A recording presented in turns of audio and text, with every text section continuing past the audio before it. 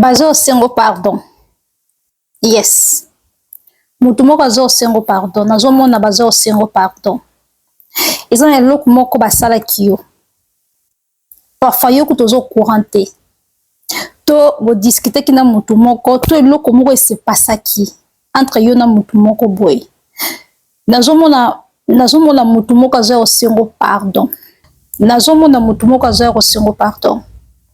Soko kwe na video oyo. Video oyo eza pona yo. Yes. Bazo sengo pardon. Soki baye sengo pardon kuboya te ndima limbisa bango. Nzamba lobi limbisa bango.